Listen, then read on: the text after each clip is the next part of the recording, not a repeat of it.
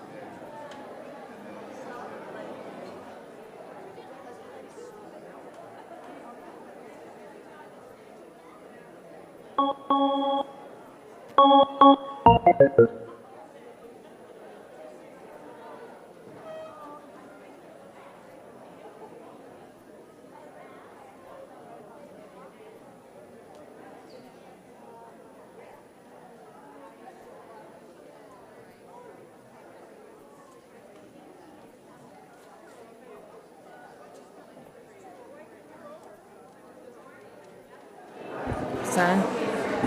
Good morning. That was nice and loud.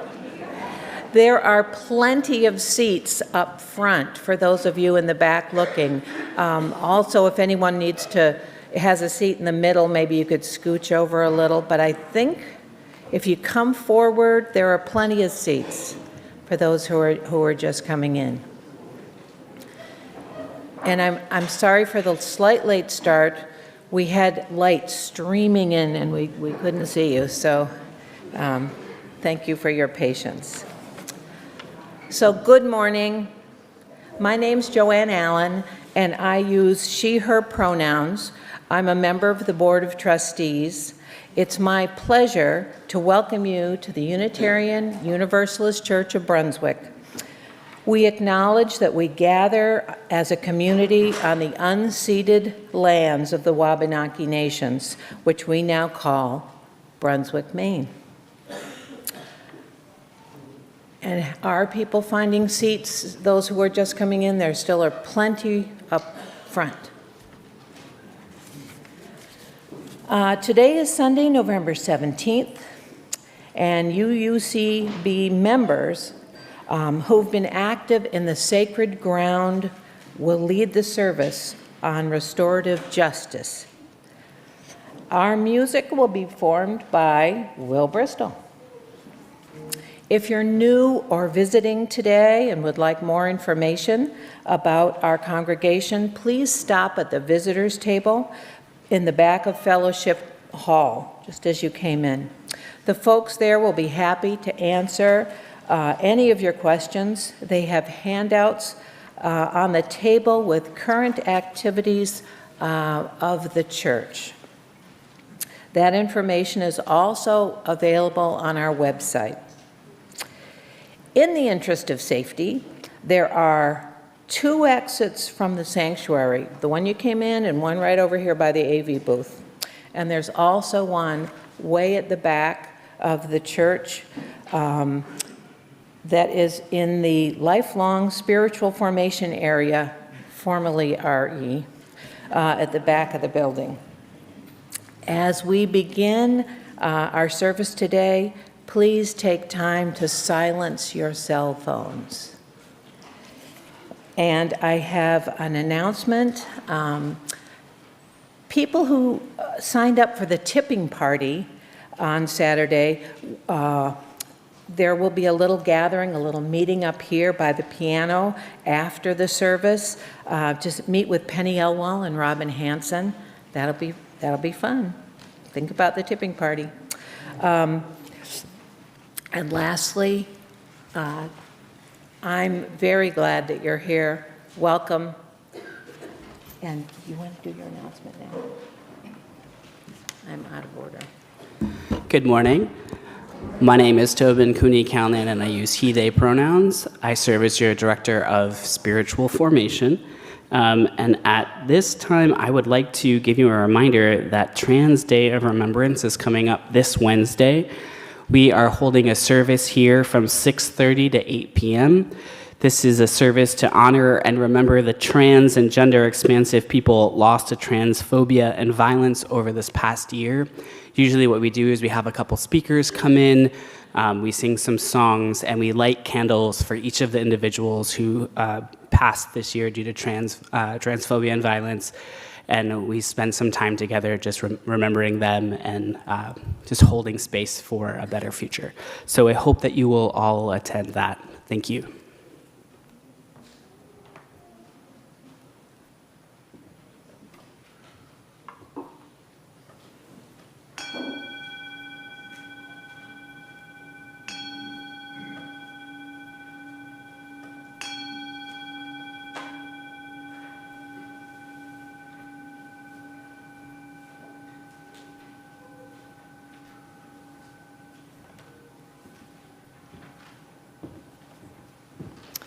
Good morning.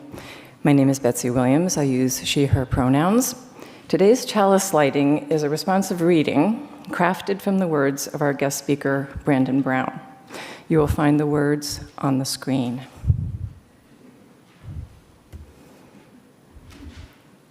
We are all human. We make mistakes and experience hurt. We shine a light on the possibilities of restorative justice. We all deserve to be forgiven for our mistakes and have any harm done to our souls be restored.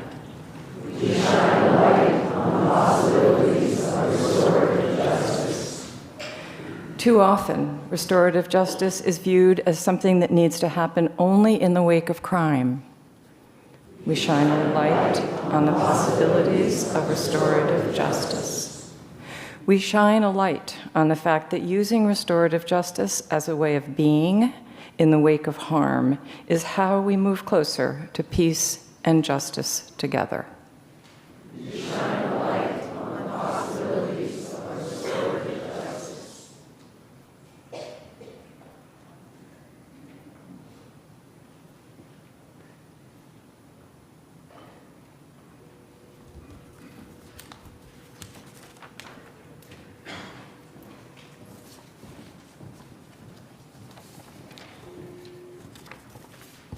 Good morning, I'm Diane Q. Good morning, I'm Jane Danielson, and I use she, her pronouns. The service leaders today are Betsy Williams, Diane Q, myself, and Kathy Cyrus, who could not be here today. Stan Eller, Joel Austin, and Renee Monomatis are other UUCB folks who have participated in conversations about restorative justice over the past few months. Our congregation has embraced the Black Lives Matter motto. As part of living that belief, Black lives do matter, some UUCB congregants have participated in the Sacred Ground program. This program explores the racial histories and legacies of Black, Indigenous, Latino, Asian American, and other peoples in U.S. society. Through the program, participants learn of the powerful outcomes possible through practicing restorative justice. Restorative justice is a system for addressing harms done in society. It is used both as an alternative, as an alternative to incarceration within our justice system and as an alternative to traditional discipline in schools. Additionally, it is used in communities and could even be used right here at UUCB. After all, we are a community of human beings who sometimes harm one another. If we were to use a restorative lens in our everyday lives, it could allow us to see a very different outcome after harm has been done.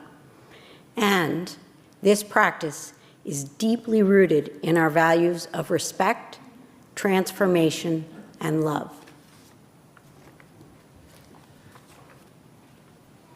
We are honored to introduce our special guest speaker today, Brandon Brown. Brandon is a PhD candidate at George Mason University, studying peace and conflict resolution with a focus on the power of narrative to heal conflict. He is the executive director of Youth-Led Justice, a diversion organization that centers restorative practices in diverting youth from the criminal legal system and supporting their needs in community. And he is a restorative justice teacher, researcher, and practitioner. Now, if you'll please stand as you are able and sing hymn 361, Enter, Rejoice, and Come In.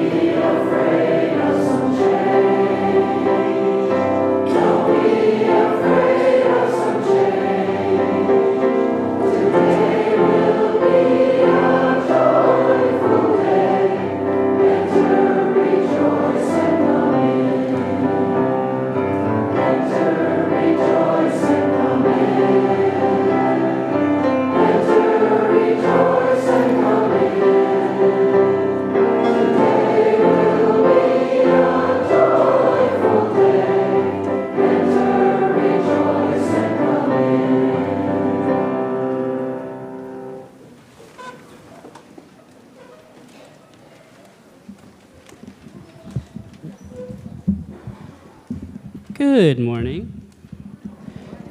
Now is the time in our service when I would like to call the children forward. I have a wonderful story to share with you all. So if you are young or young at heart, come on up. If you would feel more comfortable bringing your grown-up with you, you may do so. And if it's your first time here or your 100th time here or somewhere in between or beyond, you can come on up. Hi, everyone. River, did you want to run this one too?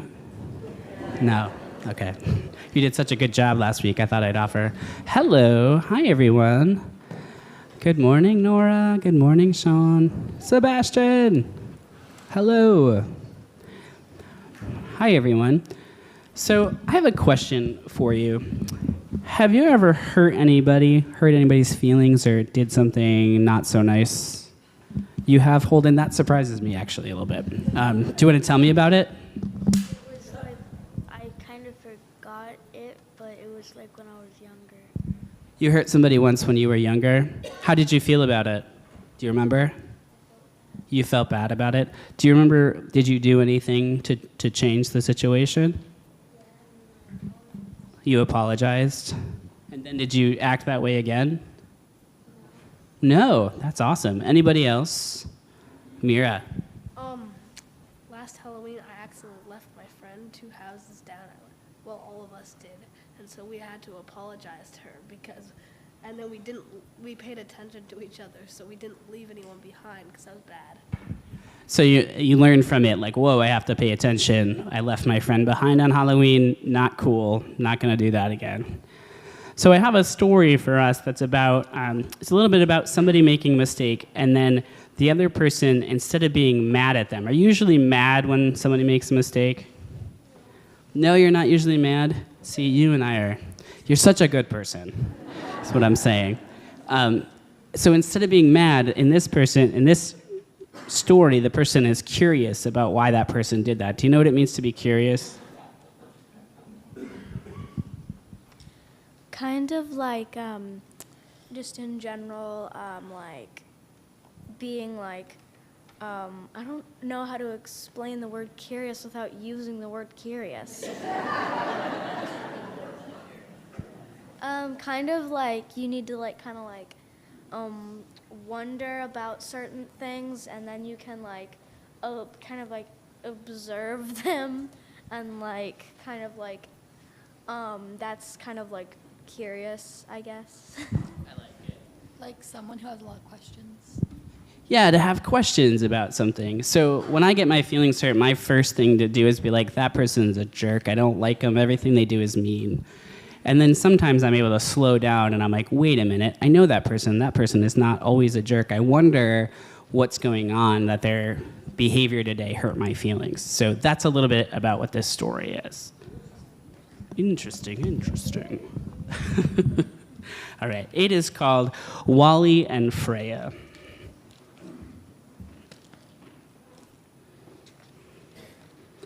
By Lindsay Pointer, with illustrations by Stella Mangodi. And there's a dedication for Fern, Charlie, and all the little peacemakers. Wally was a bully. That's what everybody said. They were sure that hurtful thoughts were all that filled his head. Wally stole lunch every day from Bella Joe the bear, and he always hogged the crayons and then even refused to share. Needless to say, when it was time for the kids to play, Wally's classmates would all holler, "Wally, go away!" During recess, kids brought pens and imaginations soared. They wrote of pirates, goblins, ghouls, dragons, knights, and lords. Freya, the red fox, wrote the most captivating tales of terrifying monsters with big teeth as sharp as nails. One day, Freya's book of tales simply disappeared. It's lost forever, or so the children feared. Raphael the rabbit spoke up fast to save the day. Wally took the book, he said. Quick, he went that way. Chasing after Wally, they were shocked by what they found. Pages of her book were scattered all across the ground. Freya's words were hidden under Wally's scary doodles of terrifying monsters eating eyes and guts like noodles. They all let out a gasp. "What have you done?" the group exclaimed. Wally ran into the forest, looking quite ashamed. But Freya thought twice as she watched young Wally go and followed down the grassy path to where the oak trees grow. Wally was there, hanging his head and kicking the dirt. Freya saw in Wally's eyes that both of them felt hurt. "Your drawings are amazing," Freya genuinely said. This made Wally smile and slowly turn his head. "Why'd you take my book?" she asked, with kindness in her eyes. "I don't know," said Wally, letting out a big, long sigh. "I guess I just always wanted to be part of the fun, but you wouldn't understand. You're friends with everyone." "Nobody likes me," Wally said, while looking very sad. "Sometimes I get so sad, and then the sadness makes me mad." He told his new friend Freya about troubles in his home, and he told her how he felt so scared and completely alone. Freya sat and listened, and she let Wally talk on. And by the end of Wally's story, her anger was gone. "I have a fun idea," she said, with kindness in her smile. And together they gathered her books and pages in a pile. The next day, the kids gathered by the biggest oak tree. What they found when they arrived was quite the sight to see. Wally's illustrations were all pinned up on the bark, scary drawings of mean monsters and terrible sharks. Freya told a story and made them come alive. The monsters were embarking on a dangerous deep-sea dive. When her epic story ended, everybody cheered. They saw Wally was an artist and not to be feared. From that day on, Wally was a member of the crew. The others wrote the story, and as for Wally, he drew. You see, Freya did something quite special on that faithful day. Instead of striking back, she made sure Wally was okay. There is always much more to people than we can see. Beautiful things can happen when we practice empathy. Do you all know what empathy means? Kind of like, just, it's like being kind almost. Like, kind of like, if you are like a quote unquote like bully, you can like, people think you don't have empathy, but it's usually just because you're like, hurt inside and like stuff is going on that nobody sees. And so like, sometimes people can like kind of like connect to that person and like kind of be like, hey, what's going on? And then they can become friends and they have empathy for that person. Yeah, so by being curious about what's going on with that person, they could maybe start to care about them. Willa, did you have something to add before we sing out?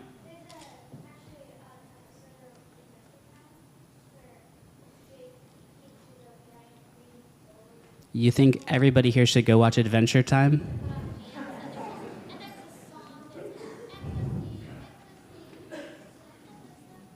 Empathy, put yourself in a place to be. Place of me. Oh, I like that. You all have homework. It's to go watch the episode of Adventure Time with empathy. For now, we're going to be sung out to our meetings in the back.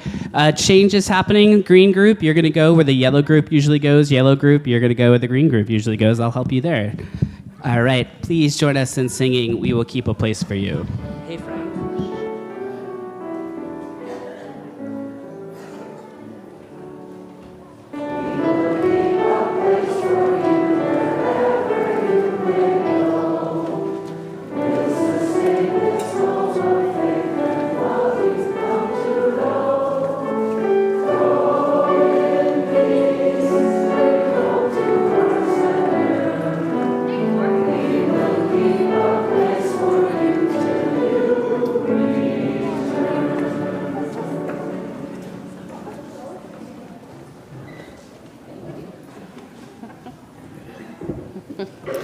Good morning.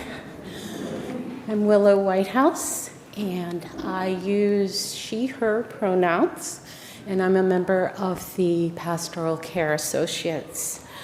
For concerns this morning, I have please hold my father-in-law, Jim Q, in your thoughts.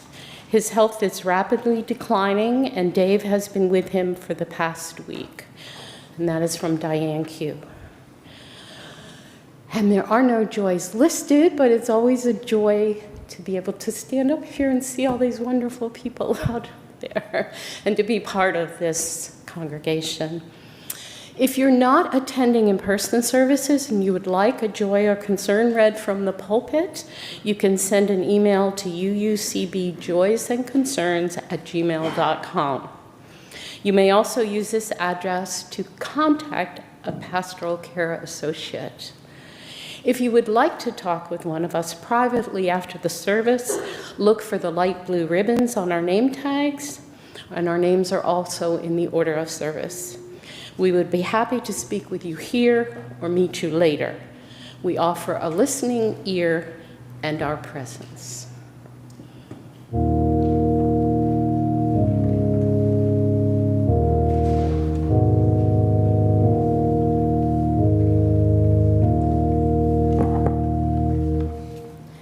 We forgive ourselves and each other.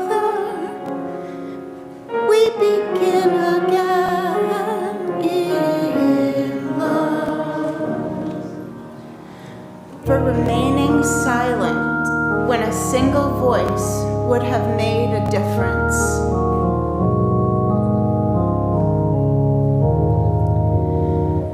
We forgive ourselves and each other.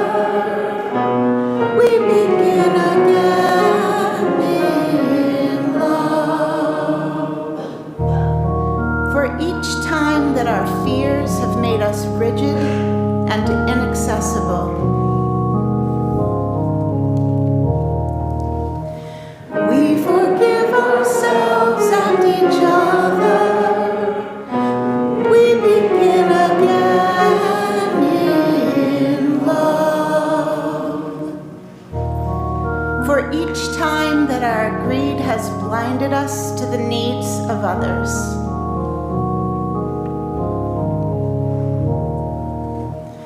We forgive ourselves and each other.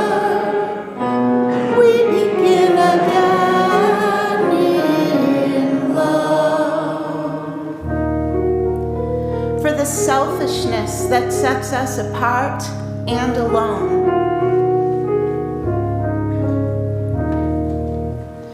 We forgive ourselves and each other.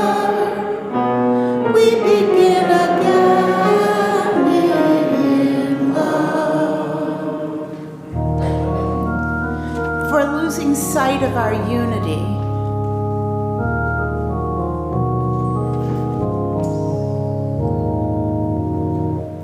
We forgive ourselves and each other. We begin again in love.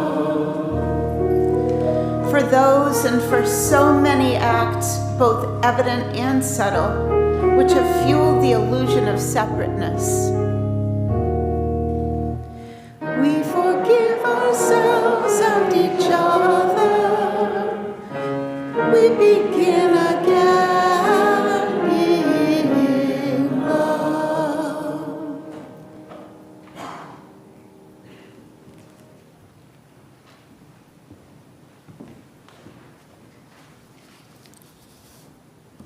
I'm doing a reading from Howard Zehr's book, Changing Lenses.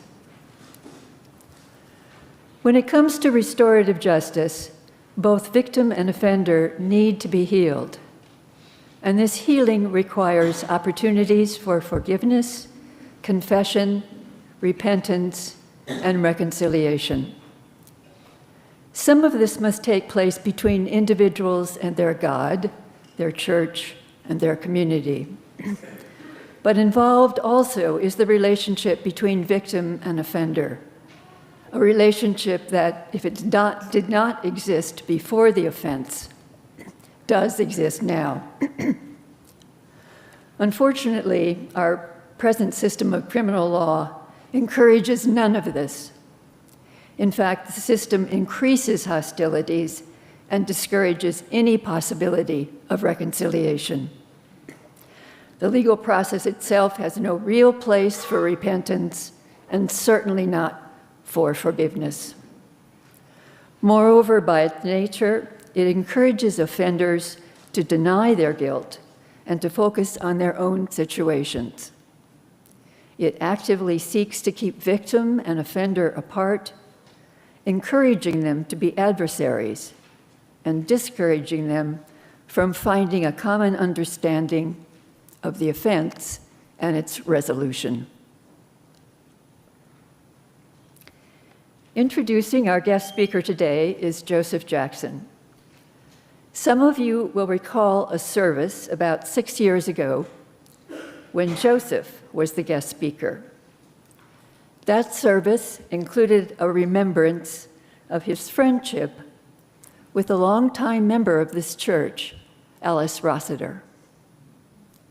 So, Joseph is a friend of this church, and he is a friend of mine as well.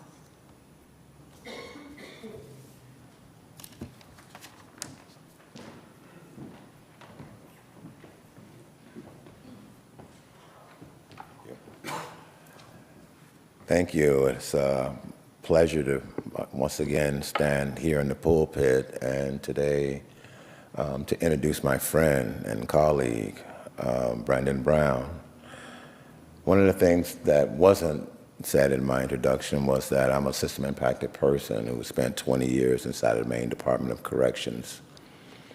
During that time, I founded the Maine State Prison Branch of the NAACP. And so one of the stories I want to share about Brandon is that, when you become an advocate in that space, in that environment, it is not something that people cheer on. And one day I approached Brandon and I asked Brandon, after our president had got in trouble because he had been targeted, to become the president of the NAACP. And he goes, "You want me to become the president of a black organization?" And I said, "We're not a black organization. We are advocating for marginalized people. And who is more marginalized than people who have been system impacted and have been found guilty of a crime? It's actually legally, you can be discriminated against them." And Brandon, without hesitation, said, "I'll do it." And served and was targeted and, the whole nine. But since that time, I just got an insight into a man that I found to be like closer than friends. We're almost like family because we shared so much. And as soon as he walked out the door, I also offered him a position with Maine Prisoner Advocacy Coalition. He is the lead of our strategic partnerships and community engagement. And so it is without a doubt that I hoped that he would one day kind of like address folks and talk about like his journey. And without ado, I'm going to bring up my friend and colleague, Brandon Brown.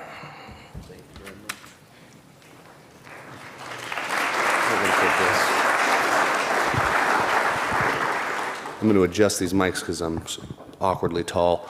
Hello, everybody. Thank you so much for having me here today. It's an honor and a privilege to be joining you all and to see a full room, and everybody looks very attentive.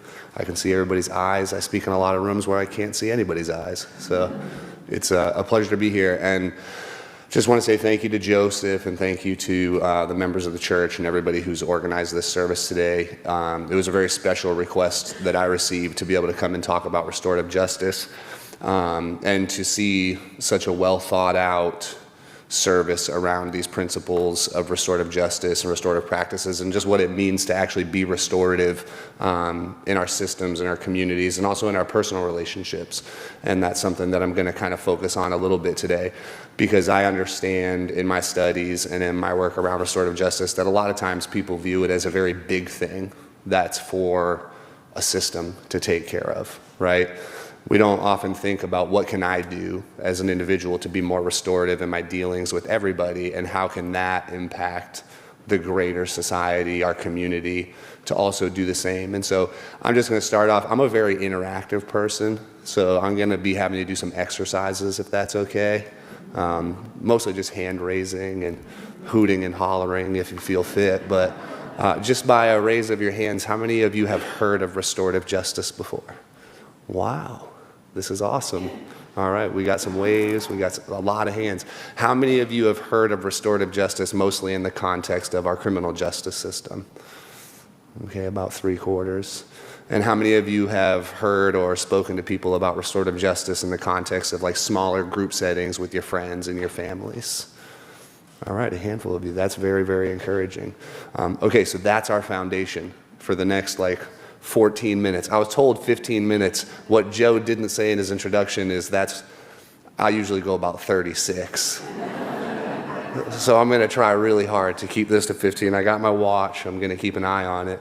But before I get into this, I really just wanted to say a couple of things, because it seems like this audience is very attentive to this service, right? And I was sitting in this chair up here, and my heart was exploding with joy because of some of what has already taken place in this service. So I'm just going to rewind us for a second before we go forward. And so some of the things I wanted to point out is there was a quote in one of the songs this morning, and it said, "Don't be afraid of some change. Today will be a joyful day." That's restorative justice, right? Don't be afraid of some change. Too often in our society, we know that something is broken, but we're too afraid to change it, right? I'm here to say today to you all that our criminal justice system is broken. It's not producing any positive results that's helping any of us as individuals or as a collective. And the day that we are not afraid of some change will be a truly joyful day. And so that's what I hope, that one thing that you all take away from here today. Another thing, we asked a question about curiosity to our young people earlier. How beautiful is that? Right? How many of you consider yourself very curious people? I'm a very curious person. I'm probably overly curious according to a lot of people I'm close to. How many of you consider yourself very curious when somebody hurts you? Not as many, right? Not as many. And so the reason is because when we're hurt, we know one thing definitively, that we're hurt. And so being hurt chips away at your curiosity. But what we heard today in this reading to our young people is that being curious is a beautiful, beautiful thing. I'll posit to you that being curious when it feels impossible to be curious is twice as beautiful. And then a question that came in the book as well, what if we slowed down? What if you slowed down in your life a little bit, just in general? How much more could you accomplish, right? This is a big lesson that restorative justice teaches us. A lot of times in life we're rushing, we feel overwhelmed, we feel hurt, we feel all these things. What if we just slowed down and then expressed curiosity? So the underlying theme of everything I will say today is to ask you all to slow down and be curious with everything that I'm saying. And then I'm going to quote that book again, because this book we read today was like life-changing, because in the book it said instead of striking back, she made sure Wally was okay. Just think about that for a second. Somebody hurt her, and instead of striking back, she made sure Wally was okay. That is the essence of restorative justice, right? How many of you, when somebody has hurt you, recently, if you think about the most recent time somebody hurt you and you really felt it, did you ask the person, are you okay? The person that harmed you. That's not something that we do, right? Because we so much dive deeply into our own internalized version of like what we're feeling that we forget that hurt people. And sometimes when somebody strikes out at us, it's because they're not okay. Right, so that's what I'm here to talk about with you today. And also I'm going to say, forgive me if I have a small coughing fit.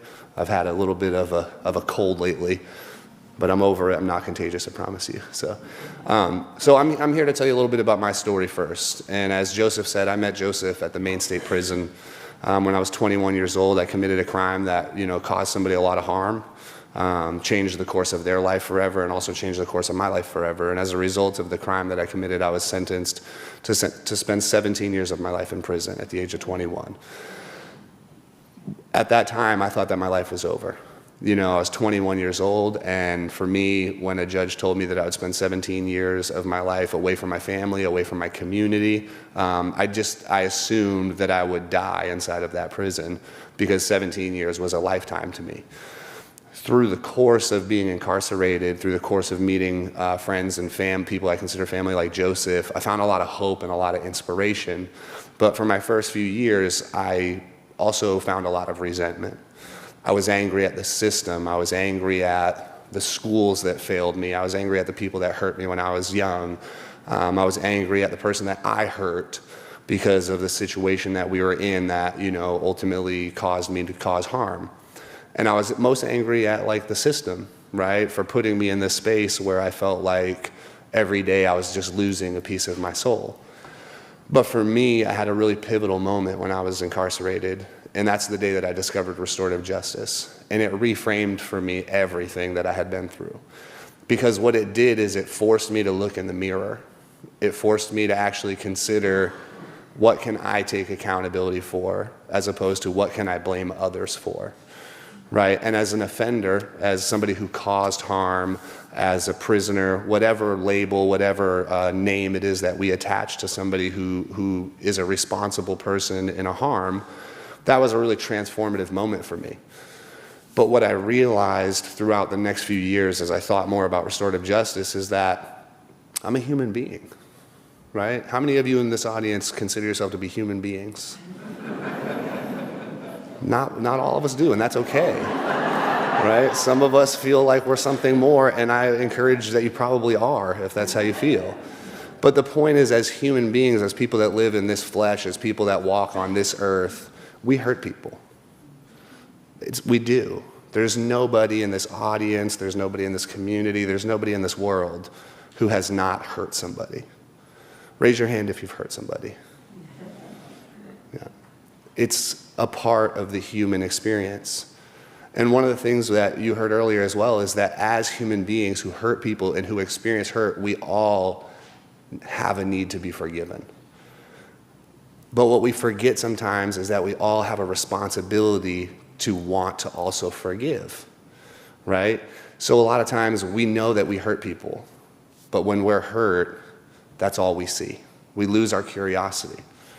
What we can do when we think from a restorative lens, when we think about restorative practices and restorative justice, is we come to an understanding that I'm hurt because somebody is hurt, that I hurt because I am hurt.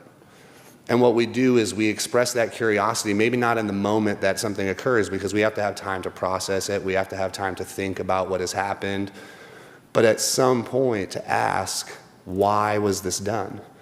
And it could be something egregious, it could be something horrible, right? It could be something incredibly small, like when your child says something very harmful to you. How many of you have children? Okay, how many of you as parents have heard your child say, I hate you?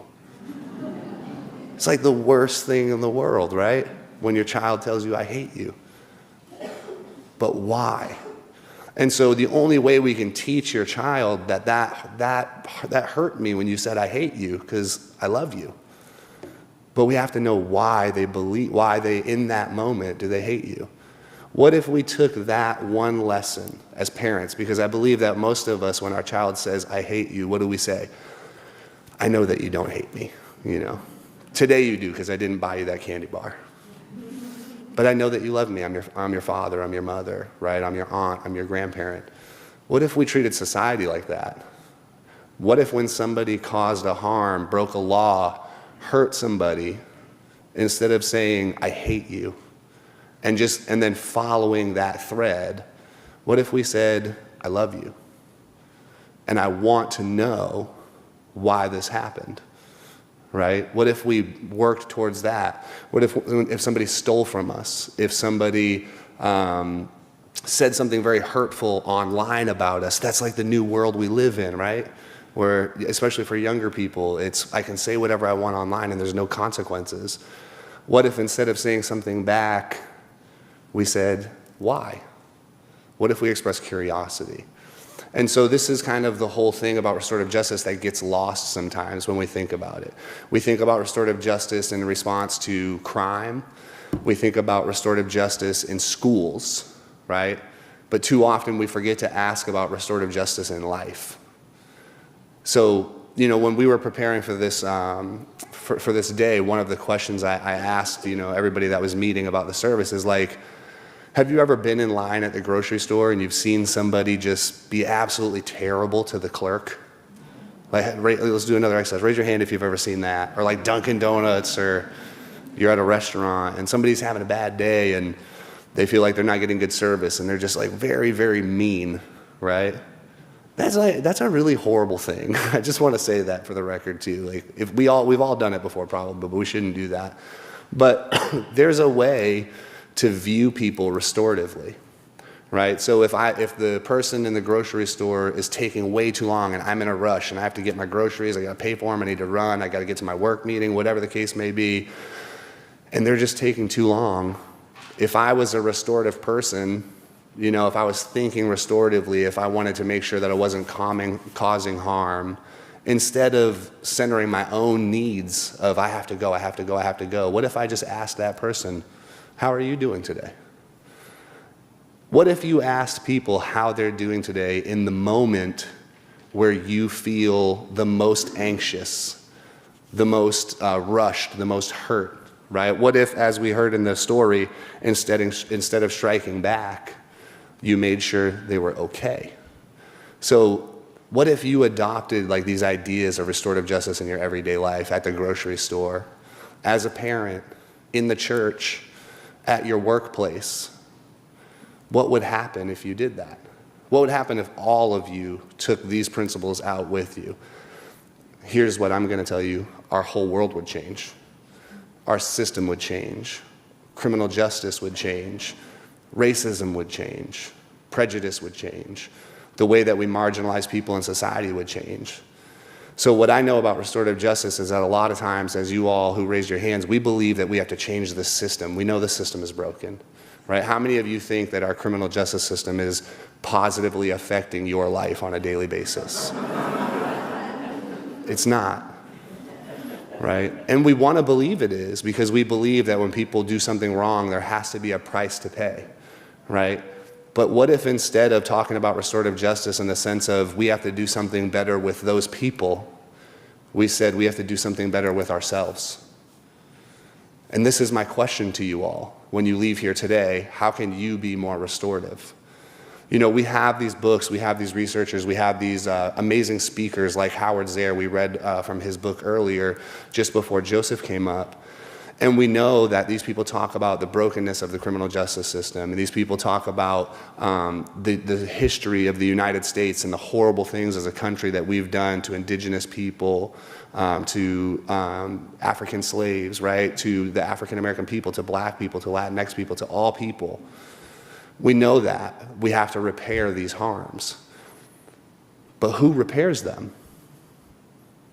This is a question that I'll ask. If anybody has an idea, who repairs those really big harms? You know, just shout it out. We do, right? The president doesn't.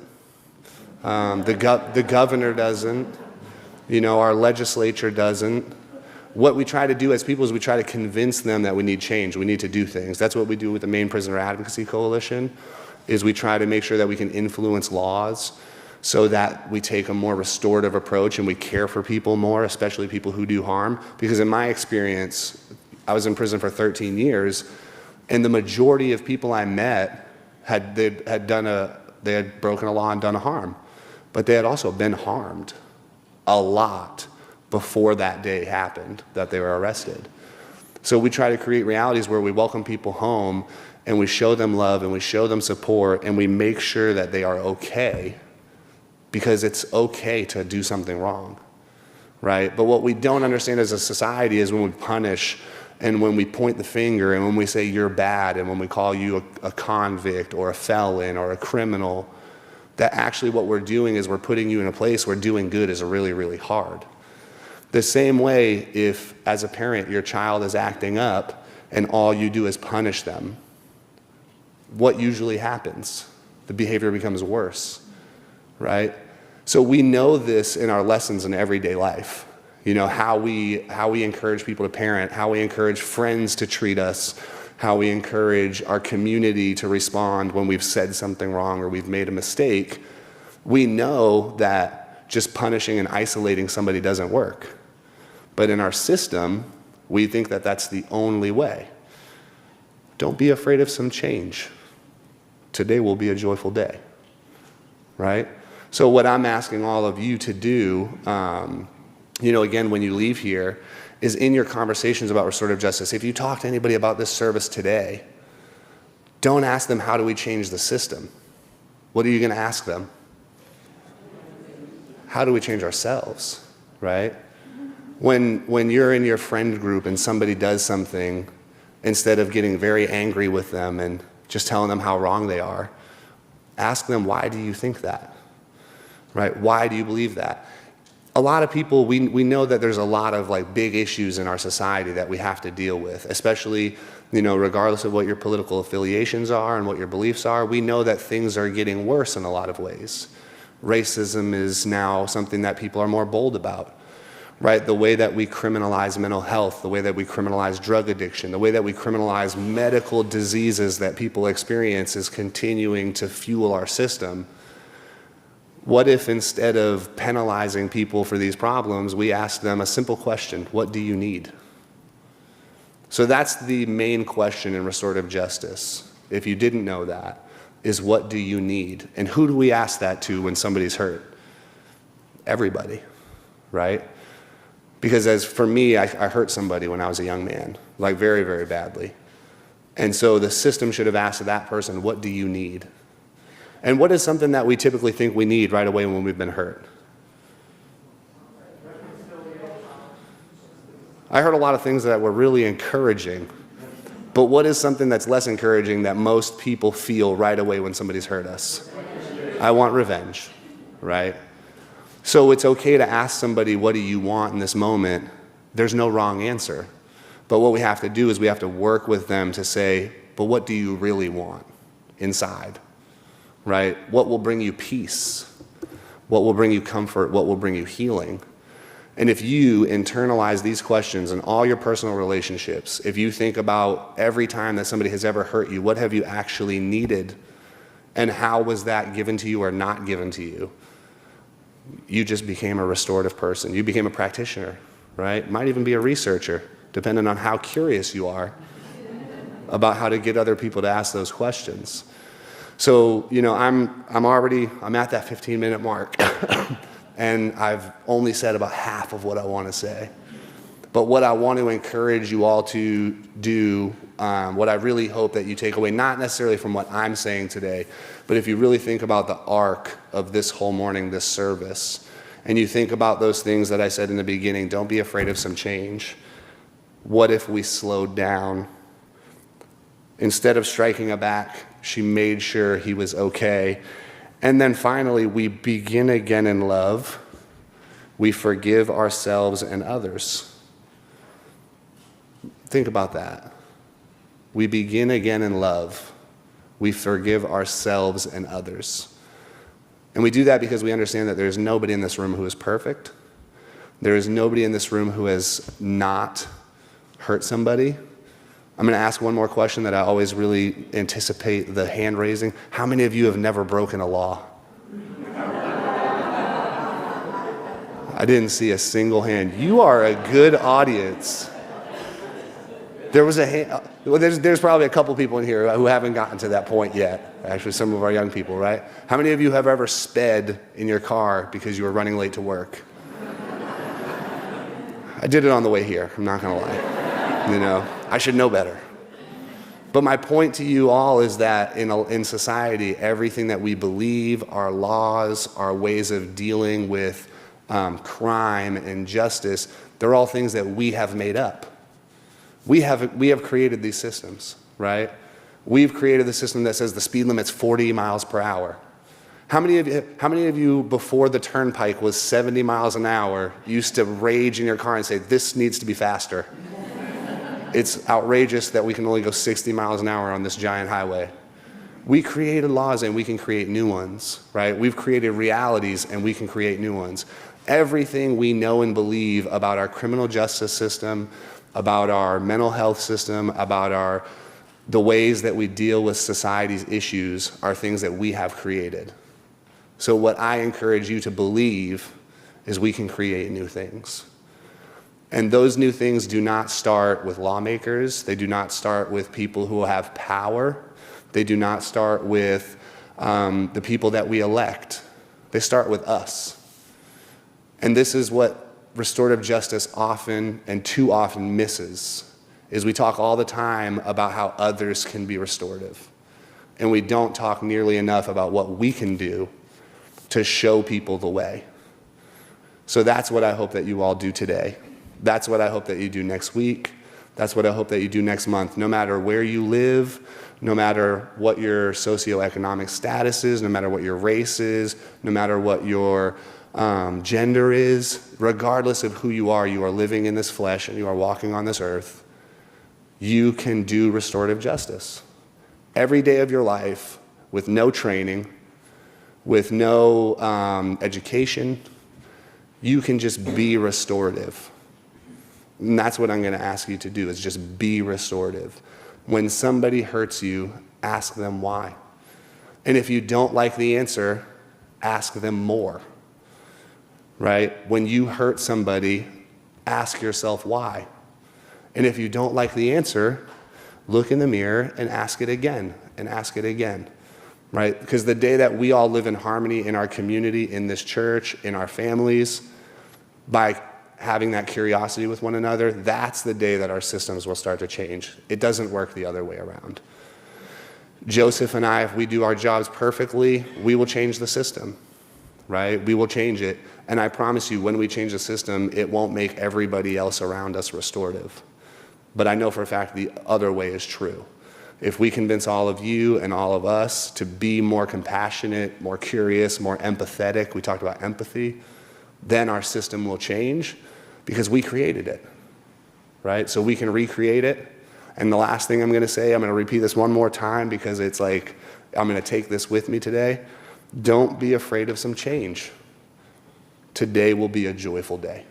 So thank you all very much for your time, and afterwards I'll be around if you have questions, because I know a lot of what I said was kind of abstract and weird, and if you want to talk more specifically and concretely about what you can do, or if you have a question about system restorative justice versus community, well, I'll be here for as long as it takes. So thank you very much for your time. Appreciate you. I'll say one more thing. And I'm going to say one last thing. I forgot to introduce my pronouns, and this is one of my favorite things to do. My name is Brandon Brown. I use he, him pronouns, but a colleague recently said to me that the truth is I will accept anything you say to me as long as I said with love. So my pronouns are whatever you choose them to be, as long as you say them with love. And I think that's restorative justice.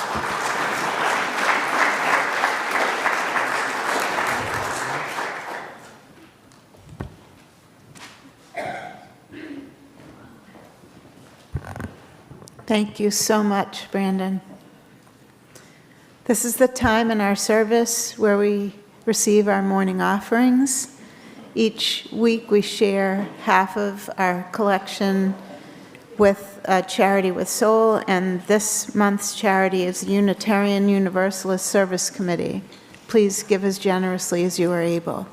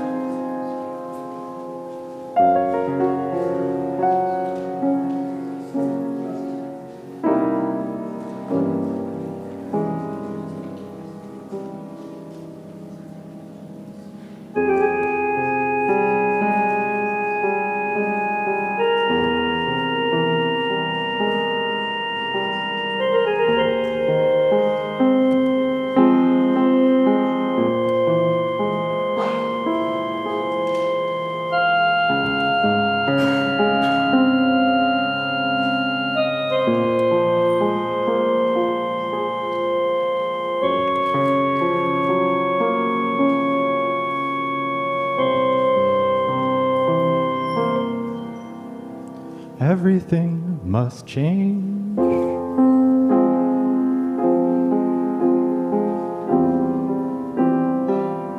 Nothing stays the same.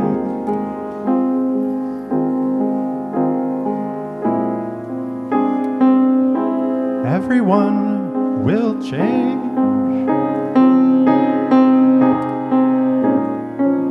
No one stays the same.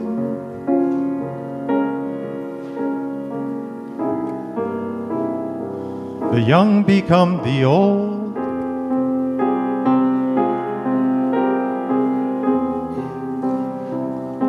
But mysteries they unfold.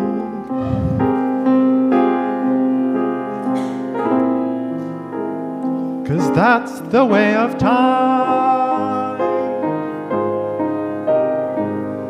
Nothing and no one goes unchanged.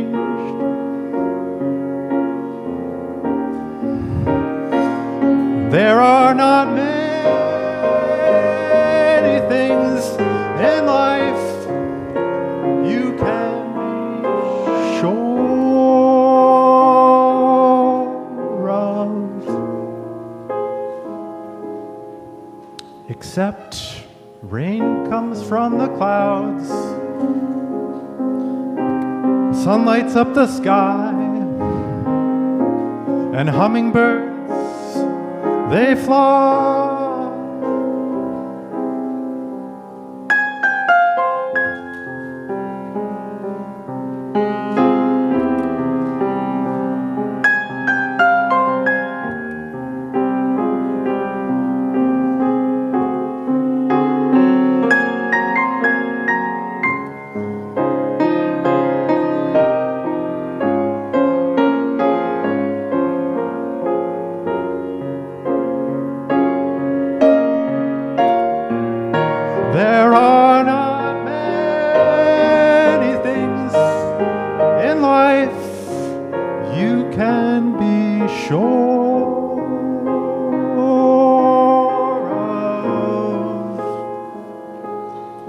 except rain comes from the clouds, sun lights up the sky,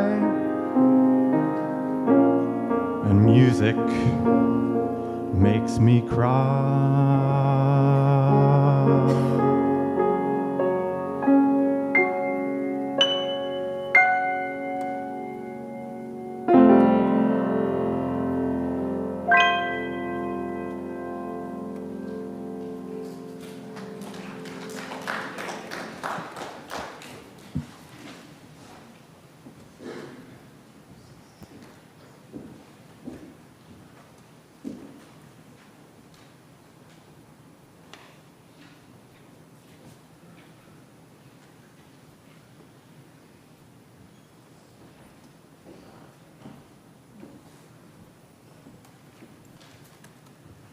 Please join me in our congregational response.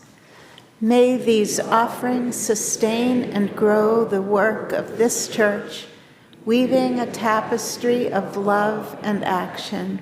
Thank you. Please stand as you are able and join in our closing hymn, number 121, We'll Build a Land.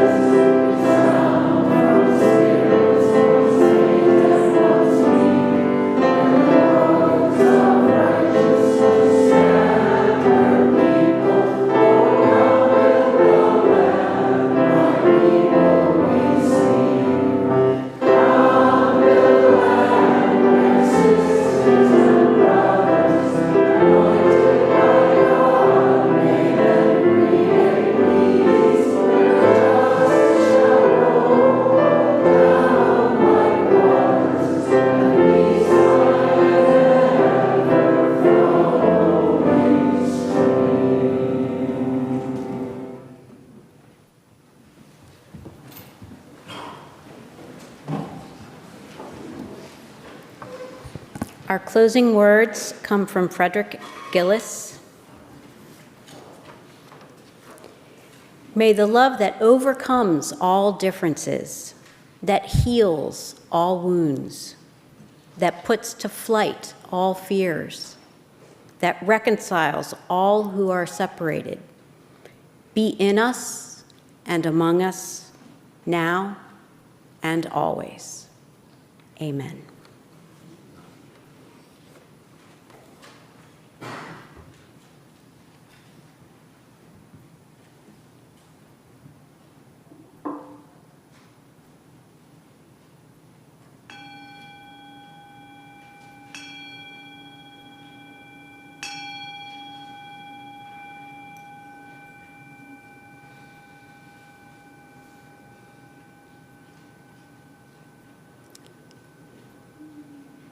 As Brandon mentioned, he will be staying afterwards for conversation. If you'd like to join us, we'll be over here.